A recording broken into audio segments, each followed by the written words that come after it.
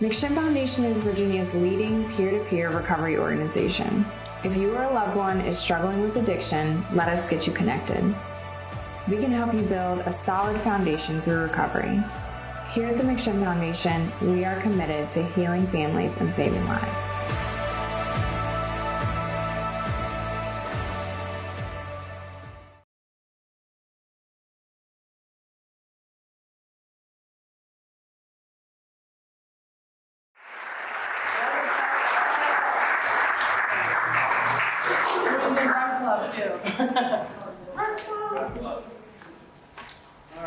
Good afternoon, everybody.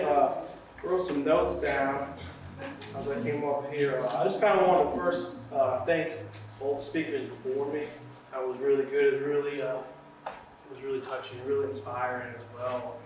I feel a little out of my league, looking up the lineup a little bit, but just wanted to kind of introduce myself. My name is Robert Triquet. I work at the McShin Foundation. I'm the director of the men's program. It says I came here on August 2nd. I'm pretty sure I came on August 3rd. I'm pretty sure I came on August 3rd. And my journey started from there. I had a mullet for about 10 years. Very few people remember that. And I was definitely mixed up. Grief and addiction. Some of the two people have the biggest impact on my life are my grandparents.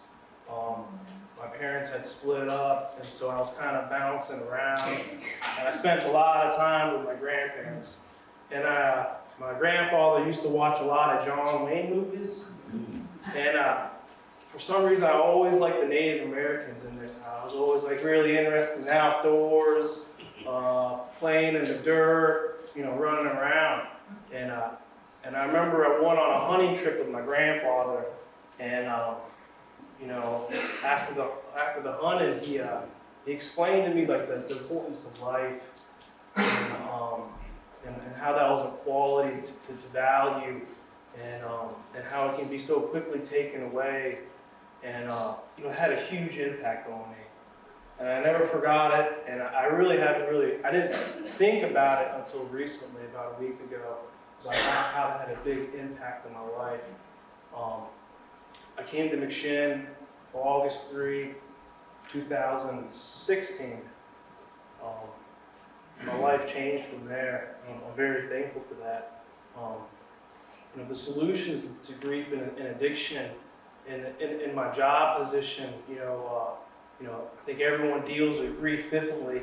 For me, I don't get paid to slow down. I get paid to speed up, and that's how I deal with a lot of grief in my job position.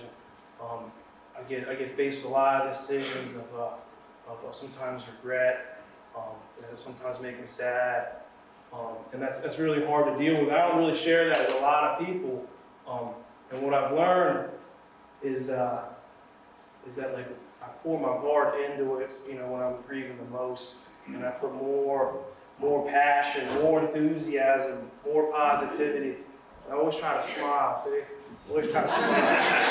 Always have a smile. See, I'm looking angry. A lot of times I'm just focused. I'm so focused on what I'm trying to do at X, Y, and Z that I come off as an angry person. The solution, the solution was the four speakers before me. They touched on community, right? They touched on connection, right? Tracy had touched on art. That's like the solution to me is art, and that's really how when I go home and I grieve, I pour a lot of that grief into my art. My drummer Joe, he recently passed away, and something really important to me, playing music with him, writing songs with him, and I remember that song. He always really liked it. I never liked playing it.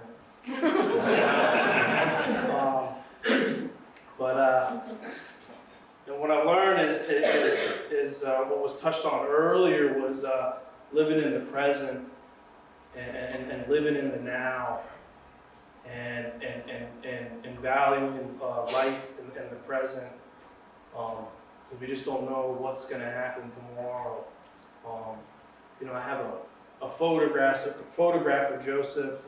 It's at his childhood bridge that he took me to. So it's important to me, and I just wanted to read a paragraph out of something I wrote a couple years ago. And it kind of sums it up for me. It says, "I've taken so many pictures stashed away in closets, cardboard boxes, and Christmas tin cans.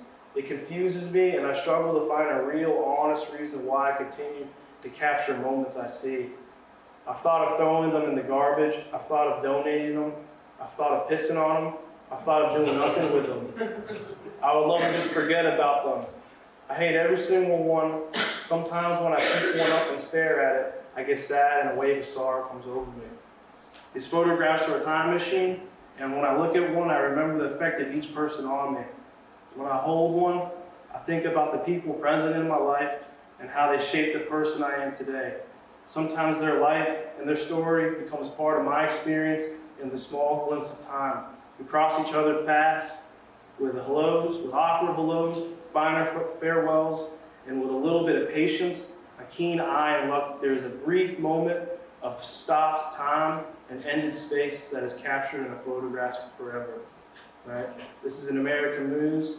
The newcomer, these are photographs of life, of humans, of mistake, and of accomplishment and failure. When I took that photograph of Joseph, I didn't see Joe. I didn't see a father. I didn't see addiction. I didn't see anything. I saw life, and that's what I strive to photograph. And for me, the grief of addiction and the grief of loss has been art, has been huge in my grieving process, and finding some type of outlet and involving other men, sometimes women, in my outlet of art. So thank you.